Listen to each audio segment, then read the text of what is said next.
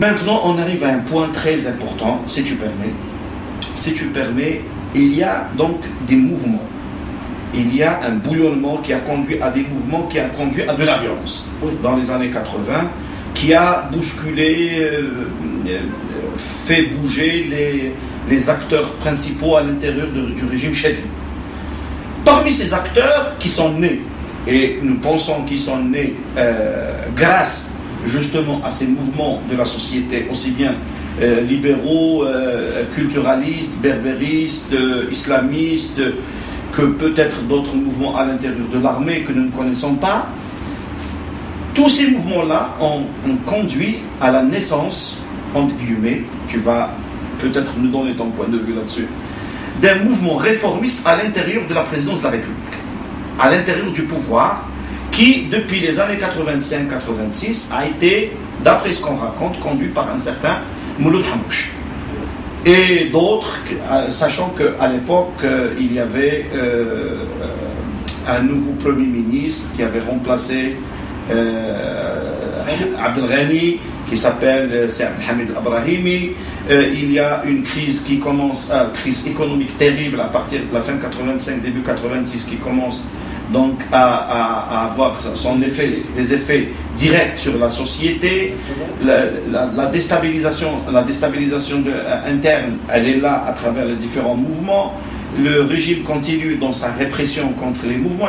Un mouvement qui est né à l'intérieur du régime, ce qu'on appelle le mouvement des réformateurs ou des réformistes du régime, à l'intérieur du FLN, à l'intérieur de la présidence, et qui avait généralement une double casquette, civile et militaire. Parce que quelqu'un comme Mouloud Hamrouche, c'est un militaire avant qu'il ne soit civil, c'est un homme politique et un militaire en même temps. C'est ça, c'est exact. Donc la famille elle-même est une famille révolutionnaire, aussi bien de grands moudjahidis que de shahids, etc. Bon, est-ce que ces bouleversements à l'intérieur de l'Algérie ont conduit réellement à la naissance d'un mouvement de réforme à l'intérieur du pouvoir? Alors, pour la réforme, je pense qu'il y a que jusqu'à 88, jusqu'au cataclysme de 88, je ne sais pas s'il y avait une préoccupation de réforme, sinon une préoccupation un peu de définir une place de cette Algérie qui est en train de se débarrasser du boumedinisme. Et définir cette place autant que possible dans une consensualité qui a été bousculée par les cataclysmes sociaux et culturels, les deux cataclysmes dont on a parlé, le printemps amazigh, le printemps berbère et le mouvement islamiste. Sur ce, il y avait à ce moment-là toute une réflexion sur le redémarrage de l'économie. Parce que, effectivement, l'économie qui a été léguée par le régime de Boumediene s'est essoufflée, pour ne pas dire, elle s'est effondrée. Le fleuron de l'industrie de l'époque, le fleuron de la politique industrielle et de la révolution industrielle, Al-Hajjaj, était pratiquement en situation de faillite, pour la simple et bonne raison que ce complexe qui avait été monté à coups de milliards, on disait que ça allait être un complexe qui allait durer pratiquement tout le siècle, a été doublé en très peu de temps, en 4 ou 5 ans, par un complexe d'une même nature, plus important, qui se situe à Fos-sur-Mer, de l'autre côté de la Méditerranée, et qui a beaucoup travaillé à casser complètement le complexe de l'Hajjaj. Ça, c'est la guerre économique concrète. C'est-à-dire que finalement, tout l'investissement, tous les plans qui ont été tirés sur une politique d'industrialisation qui allait avoir des effets, y compris dans la manufacture et dans les petites entreprises, s'est écoulé. L'agriculture était dans une situation catastrophique également. L'Algérie ne vivait à l'époque que de l'importation. Non, mais c'était paradoxal parce que déjà à l'époque de Boumediene, dans son discours, il parle Ardoli Benirdouma, mais dans la réalité, il faisait dans l'importation et le fellah algérien était marginalisé, franchement. Exactement. C'est vrai. Donc il y avait tous ces problèmes-là, et on peut dire, jusqu'en 86, ça tiraillait dans un sens comme dans l'autre. C'est-à-dire quoi? C'est-à-dire que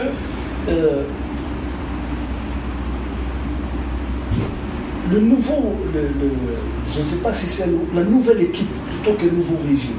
La nouvelle équipe autour de Chadli Boujdé, constituée par d'abord la décision militaire, et je pense qu'à ce moment-là montent deux personnalités importantes qui sont Abi Belkhair et Khaled Mizar en particulier. Les problèmes aussi des rapports difficiles avec le parti du FLN qui avait saisi l'occasion des premières années du chadlisme pour se débarrasser de l'aile gauche, complètement évacuer les Salah Mouanchi, les Reda Malek, comment ça s'appelle, Masharaf, etc., ont été totalement évincés du parti du FLN. Les militaires qui se retirent du comité central. Bien après. Bien après, ça va être beaucoup plus tard. Donc il y a apparemment une sorte de perspective qui se dessine de reprise en main de la société par le parti du FLN. Donc, et une situation au niveau des militaires qui était dans l'expectative. Elle n'osait pas, l'armée algérienne n'osait pas se présenter sur le devant de la scène comme une force d'intervention dans la société. Malheureusement, elle sera conduite et forcée de le faire précisément par la provocation d'octobre 88. La provocation a consisté essentiellement à sortir l'armée de ses casernes. Donc, dans cette perspective,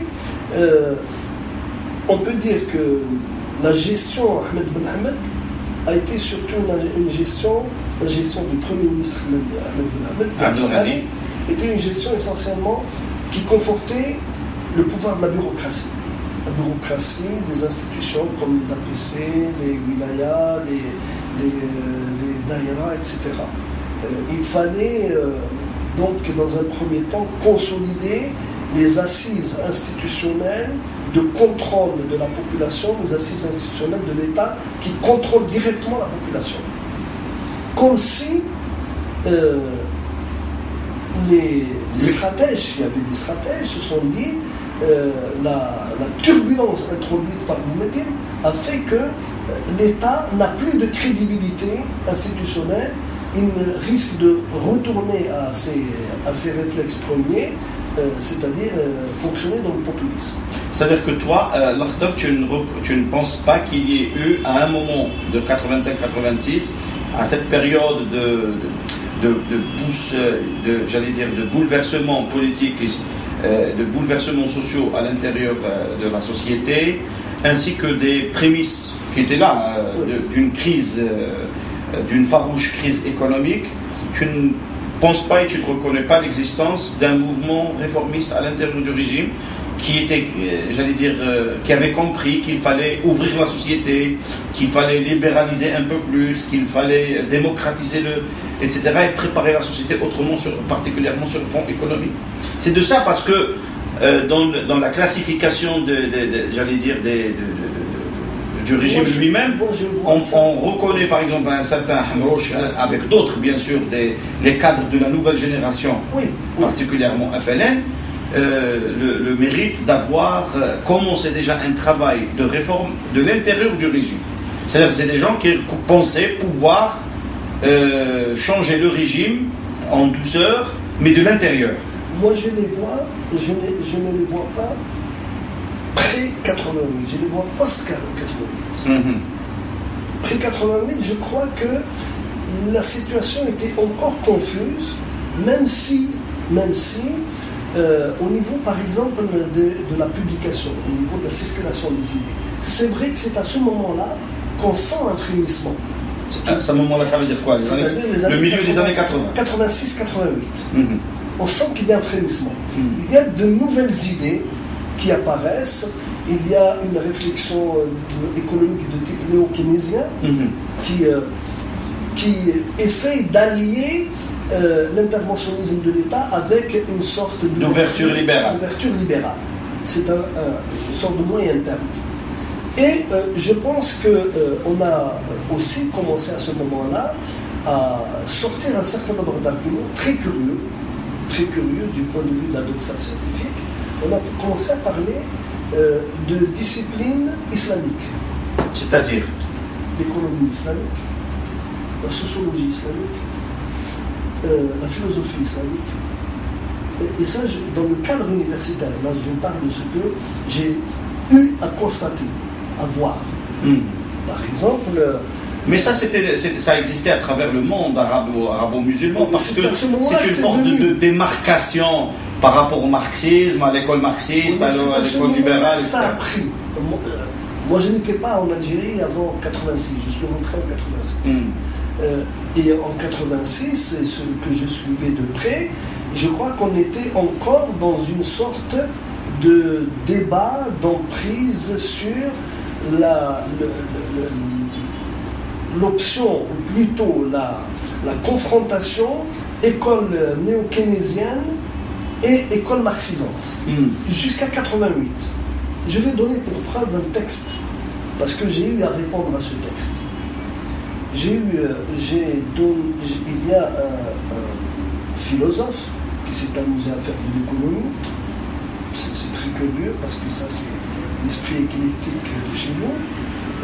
Ce philosophe s'appelle Sami Naher. Sami Naher, oui. Les gens probablement ne le connaissent pas. Il a été enseignant à l'université de Ouahan, en sociologie politique et en philosophie. Et il écrit en 83 ou en 84. Je crois que c'est en 83. Il écrit en 83 un texte qu'il publie dans le premier numéro d'une revue lancée par Mohamed Harbi qui s'appelle Sou'al. La question. Sou'al. Dans ce premier numéro, qui est un numéro programmatique, très copieux, très intéressant, il y avait des réflexions de Ali Shariati, il y avait des réflexions... Oui, je l'ai vu. Je ne sais pas si tu as vu. J'ai vu le numéro. C'est un numéro précieux, très précieux, intéressant. Et il y avait ce texte de ce monsieur, Naher, qui expliquait la logique de la rente du système. Et il expliquait, peut-être en se référant à un économiste français qui est très connu, un talentueux économiste trotskisant, qui s'appelle Pierre Salama, théoricien de la rente. C'est la rente, il faut dire que c'est par ce biais-là qu'un certain nombre d'économistes avaient attaqué le système du capitalisme d'État soviétique. Et donc Naher a essayé d'appliquer, de plaquer la théorie de la rente de Pierre Salama sur l'économie de la période de Boumediene. En sortant cette idée saugrenue pour un économiste, c'est que ce qui a empêché l'économie algérienne de démarrer, c'est l'absence d'accumulation. Parce qu'il reconnaît, lui, et ça c'est un peu l'école marxisante, il ne peut y avoir de développement que sur la base d'une accumulation. C'est clair. C'est la doxa marxisante.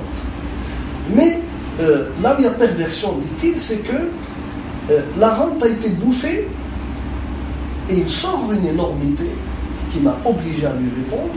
Il dit qu'elle a été bouffée par le social et elle a été distribuée aux ouvriers et aux paysans. C'est une rente partagée. Soi-disant.